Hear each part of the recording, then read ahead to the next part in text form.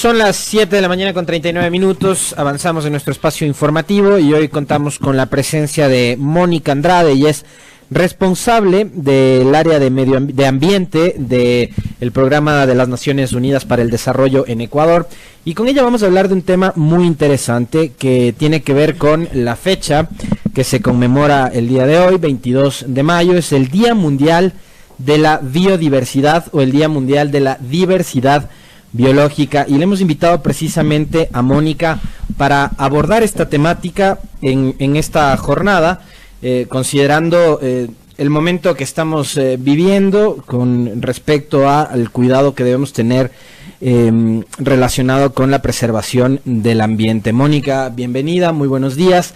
¿De qué se trata y por qué desde 2001 se conmemora este 22 de mayo como el Día de la Diversidad Biológica? Bienvenida, buenos días. Buenos días, muchas gracias por la invitación. Muy buenos días con todos y todas que están escuchando esta emisora.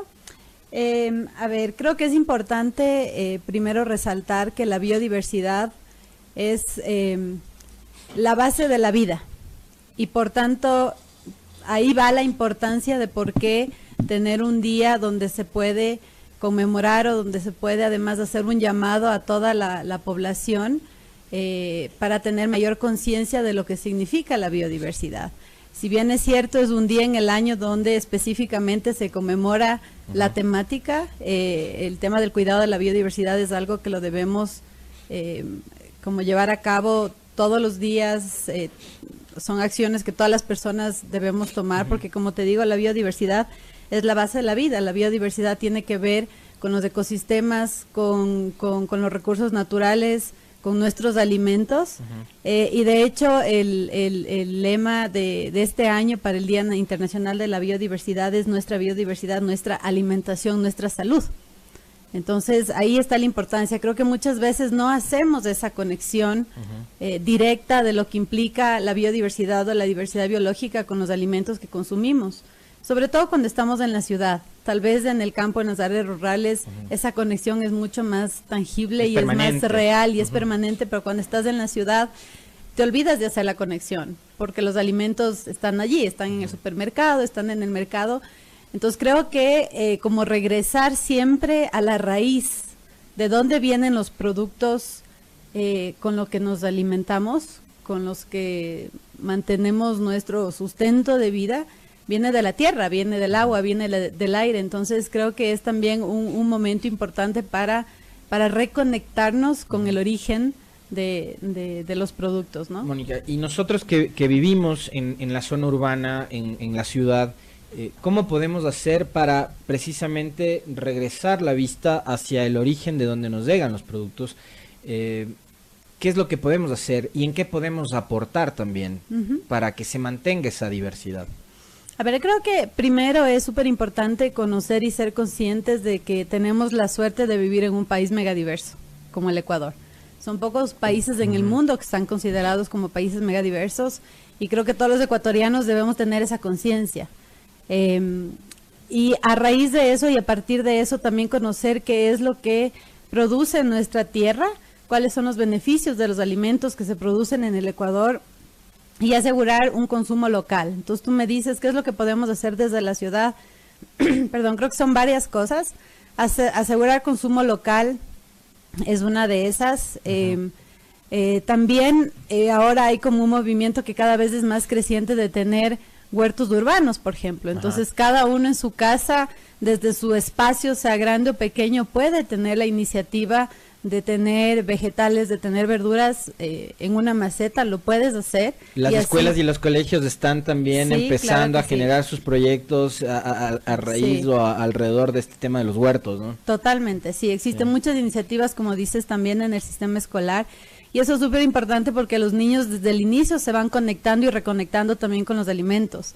Entonces, cuando un niño ve crecer la lechuga o ve crecer los tomates y ver madurar los tomates, obviamente van a entender con mayor claridad esa conexión que tienen con la tierra, con los alimentos y con lo que se produce, y tal vez valorar mucho más. decía hace un momento, Mónica, regresar a ver más los productos que nos da la tierra. Y decía también, como vivimos en la ciudad, vamos al supermercado y nos encontramos con los enlatados, con los productos que ya están preprocesados, ¿no? Quizás debemos nuevamente retomar el tema de adquirir productos 100% naturales que sean sembrados, cosechados en nuestro país. Totalmente.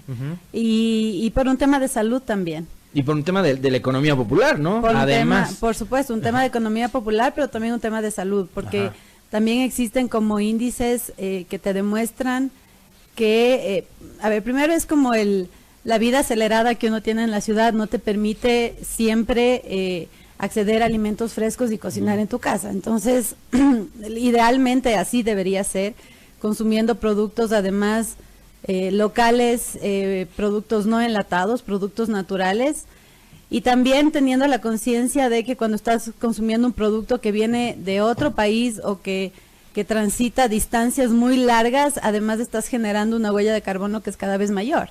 Entonces también concientizar qué es lo que consumes y cuál es el impacto que tú tienes al consumir ese tipo de productos, impacto en general.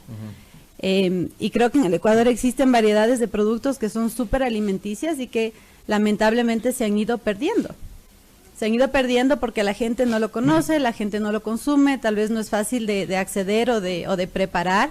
Y creo que algo que podemos también hacer es como rescatar esos productos y también rescatar los conocimientos tradicionales que existen alrededor de esos productos, porque los productos, aparte de ser alimento, también pueden ser medicina. Entonces creo que esa reconexión es súper importante. Y ahí me parece muy pertinente citar este dato que nos da el PNUD sobre que en los últimos 100 años más del 90% de variedades de cultivos han desaparecido de los campos de los agricultores. Y eso tiene que ver también con la baja demanda, ¿no? Sí, pero también tiene que ver con la conversión, digamos, de las áreas naturales y también con esta pérdida de productos, como te digo, tradicionales que se van reemplazando con cosas tal vez más modernas. Y el dato que mencionas es súper importante porque eso afecta obviamente la alimentación, ¿no es cierto? La alimentación que tenemos actualmente. Pero un dato que es aún más alarmante todavía es que al 2050 más o menos se espera que 1 millón de especies estén extintas, porque todo en el sistema, en el ecosistema tiene relación. Especies de fauna y flora. Así es. De hecho, a este dato complementario, ¿no? La mitad de las razas de muchos animales domésticos ya no existen. Así es. Sí. ¿Y eso es por la falta de cuidado? ¿Por qué ocurre ese fenómeno, Mónica? A ver, mira, creo que hay un montón de causas, creo que son variadas y hay también muchas presiones. Creo que no se puede como tener una sola causa, consecuencia relacionada con este tema, porque son muchos factores. Son factores que van desde las actividades humanas también a factores naturales, ¿no es cierto? En muchos casos, en algunos tipos de especies ha habido sobreexplotación. Por ejemplo, en el tema de la pesca, las pesquerías están siendo sobreexplotadas, o sea, se está consumiendo más de los límites sostenibles que te permite el planeta. Y además tenemos presencia incluso de flotas pesqueras externas, ¿no? que llegan hasta los límites marítimos del Ecuador. Así es, con prácticas que son poco sostenibles. Entonces, como te digo, son varias las causas. En un caso puede haber sido como sobreexplotación de estos productos, en otras tal vez otras causas es la pérdida de los hábitats naturales y obviamente con la pérdida de los hábitats naturales las especies que viven en esos hábitats se van perdiendo también, y esto se debe también a actividades humanas, también se debe a actividades extractivas, digamos, que no se hacen con los mayores estándares de cuidado, de calidad ambiental, social. Pero también tienes otros factores, como por ejemplo el tema del cambio climático, que incide también en el clima y en el clima de un lugar. O sea, antes los cultivos que podías, no sé, producir y cosechar en cierta época del año, ahora no lo puedes hacer por los factores del clima. Entonces son varios factores que inciden. Y creo que no hemos sido muy conscientes como seres humanos de cómo estamos afectando al planeta con esas prácticas, pero creo que todavía estamos a tiempo de tomar acciones positivas. O sea, no todo está perdido. Si bien los datos son alarmantes y si seguimos a este ritmo, o sea, realmente vamos a llegar a unos niveles que van a afectar de manera muy significativa al ser humano. Creo que todavía estamos en un momento de tener acciones positivas, como te decía al inicio, cada uno desde su ámbito, ¿no? Creo que cada persona desde su individualidad puede tomar decisiones que beneficien a la conservación de la biodiversidad o del medio ambiente o del planeta, como lo quieras decir. Estamos conversando con Mónica Andrade. Ella es responsable del área de ambiente del Programa de Naciones Unidas para el Desarrollo en Ecuador. A propósito de la fecha, hoy 22 de mayo se conmemora el Día Mundial de la Biodiversidad. Hablábamos hace un momento con Mónica sobre el peligro de la desaparición de especies, tanto de flora y fauna. Y se nos pasó algo por ahí, lo mencionó Mónica, es el tema de que, por ejemplo, con la pérdida de especies de flora, hay especies medicinales, y con eso no solo perdemos especies, sino también conocimiento ancestral. ¿Qué pasa en esos casos? ¿Se puede recuperar o eso ya, digamos, ya es una pérdida permanente? Mira, yo creo que se puede recuperar, pero tenemos que tomar acciones ya, y también ser conscientes de que los conocimientos tradicionales, si bien vienen de culturas anteriores o de nacionalidades, muchas veces indígenas, que tienen tal vez una mayor conexión o una mayor relación con la tierra, son de beneficio para toda la humanidad. Entonces tú estabas hablando de las plantas medicinales, por ejemplo. Mira, la gente que vive en la selva se cura con las plantas medicinales. O sea, es comprobado que las plantas tienen esos beneficios, y creo que rescatar esos conocimientos tradicionales nos valga la redundancia, o sea, nos beneficia a todos como población, para poder acceder a productos que son más naturales. Y creo que sí existen muchas iniciativas que promueven el rescate de los conocimientos ancestrales. Y creo que es algo que sí se puede lograr siempre y cuando se tomen, como te digo, acciones de manera urgente, ¿no? Ahora, ¿cuánto puede aportar el Estado en el cambio de comportamiento y de hábitos de la gente, ¿no? Para, digamos, probablemente campañas, ¿no? Dejar de consumir los productos prefabricados, preprocesados que decíamos antes, y empezar quizás a consumir más cosas propias, que los niños en las escuelas dejen de abrir las fundas de los snacks y empiecen a consumir, qué sé yo, chochos, maíz, etcétera, etcétera. ¿Es una cuestión de Estado o es una cuestión que la ciudadanía también tiene que asumirla como propia? Creo que es una cuestión de todos. Me parece que desde el Estado es importante sentar las bases, y las bases se sientan a través de políticas públicas. Entonces sí es un rol del Estado de generar tal vez alternativas, o generar también conciencia desde la política pública, pero como te digo, este es un rol de todos, es un rol de las familias, desde los hogares, desde las casas, desde las escuelas, y también individualmente, o sea, cada persona tomando acciones positivas, tomando conciencia primero, tomando conciencia de lo que implica para la alimentación, para la salud, el conservar la biodiversidad, y luego las consecuencias que tiene, obviamente, si es que no tienes acciones, como te digo, positivas con ese tema. Entonces, creo que el Estado sí tiene un rol, obviamente tiene un rol, pero también lo tienen otras instancias de la sociedad. Hace pocos días, un estudiante de la Universidad Iquiam, de la Universidad Amazónica, fotografió una especie de anfibio que no había sido detectada en Ecuador hace más de 150 años. Esas cosas, digo, nos motivan y nos hacen creer de que todavía se puede preservar las especies y el ecosistema, ¿no? Porque son quienes finalmente le terminan de dar equilibrio. Pero eso ocurre en una provincia amazónica, ocurre en el Napo.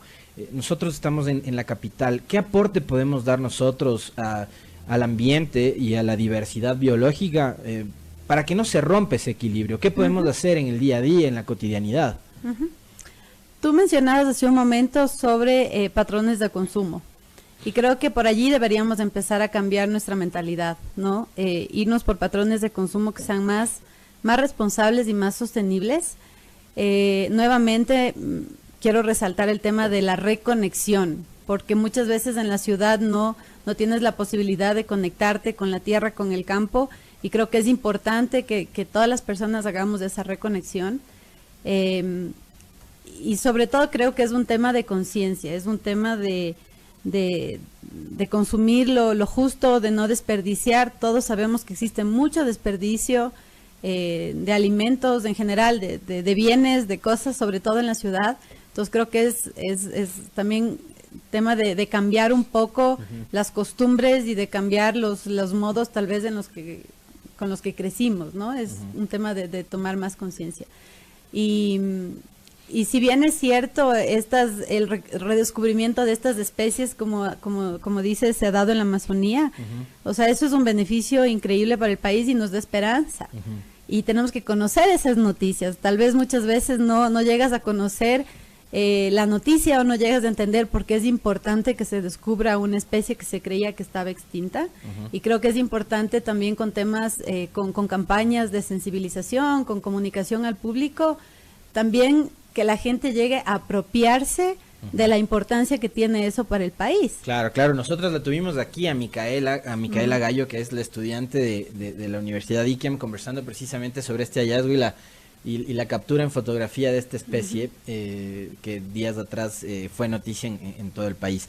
Mónica, le agradecemos muchísimo por su presencia acá. ¿Qué tienen planificado para esta jornada desde Naciones Unidas en lo que es la conmemoración del Día de la Diversidad Biológica? ¿Qué hay en su programa? Te cuento que hay una serie de eventos. De hecho, son eventos que no son promovidos solamente por el PNUD, Naciones Unidas, por varios socios, siempre encabezados también por el sector público, el Ministerio del Ambiente, por supuesto, Ministerio de Agricultura y Ganadería y otras ONGs, la academia.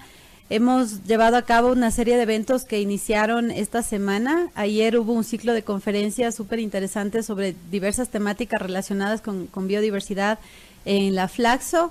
Hoy tenemos un cineforo también en la Flaxo de 5 a 7. De hecho, invitamos a todos a que participen de estas actividades. Y mañana hay una feria en la explanada del edificio del Ministerio de Agricultura y Ganadería en la Amazonas y Eloy Alfaro. Hemos también hecho algunas actividades con colegios porque creemos que es importante que desde la educación de los niños y jóvenes se tome conciencia de estos temas.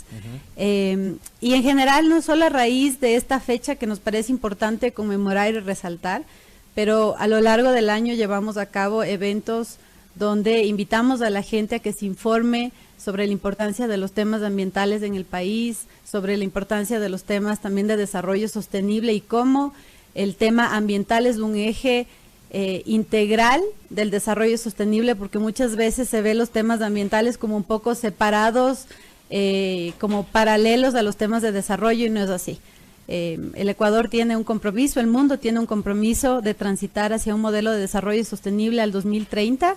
El PNUD promueve la Agenda 2030 de Desarrollo Sostenible y en ese sentido siempre estamos generando una serie de eventos, no solo con la temática ambiental, con varias temáticas, así que más bien aprovecho el espacio para invitar a toda la ciudadanía a participar de estos espacios, conocer más sobre el país, conocer más también sobre lo que pasa en el mundo relacionado con temas ambientales y también conocer más sobre lo que implica el desarrollo sostenible para cada uno de nosotros. Muchísimas gracias a Mónica Andrade, responsable del área de ambiente del Programa de Naciones Unidas para el Desarrollo, conversando sobre la fecha que se conmemora hoy, 22 de mayo, el Día Mundial de la Biodiversidad. Muy amable, Mónica, gracias.